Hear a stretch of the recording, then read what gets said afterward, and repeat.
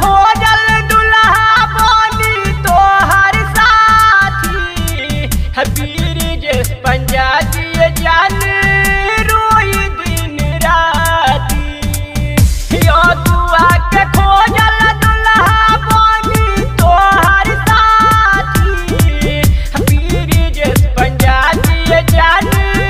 रोई दिन राती सैया अनिल से चुप के बाती अइबू की ना सैया अनिल से चुप के से बाती अइबू की ना कि अपना ससुरा में हमरो के बो लइबू